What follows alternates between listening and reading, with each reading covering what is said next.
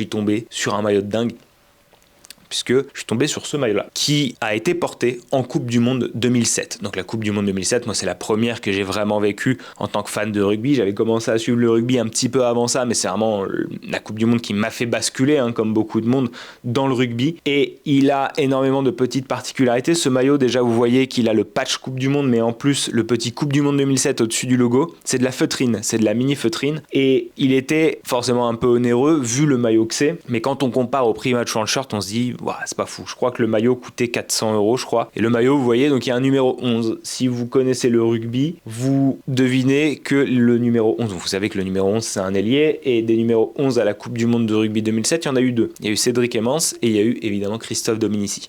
Le maillot, c'est un taille LT, donc on y revient, le fameux T pour tall. Donc c'est un maillot qui est un petit peu plus long que les maillots en taille L classique. C'est des maillots qui sont ultra moulants. Les maillots moulants étaient arrivés en 2003, mais là, c'est vraiment des maillots rigides, en plus d'être moulants, dur à enfiler. Ça, c'était vraiment arrivé en 2007 avec des grippes de partout. Donc forcément, j'ai fait mes recherches et j'ai analysé un peu le placement des patchs pour voir, par quel joueur il a été porté. Soit Cédric Emmens, soit Christophe Dominici. Et il s'avère que le maillot a été porté par Christophe Dominici. On le voit au placement du logo par rapport aux Coupes du Monde 2007. On le voit par rapport au patch, le placement par rapport au côté. Bref, Dominici a joué contre l'Argentine en petite finale et il a joué contre la Géorgie. Et donc, ce maillot-là est possiblement porté lors des deux matchs. Voilà, je pense pas que les joueurs de l'équipe de France à l'époque avaient un maillot par match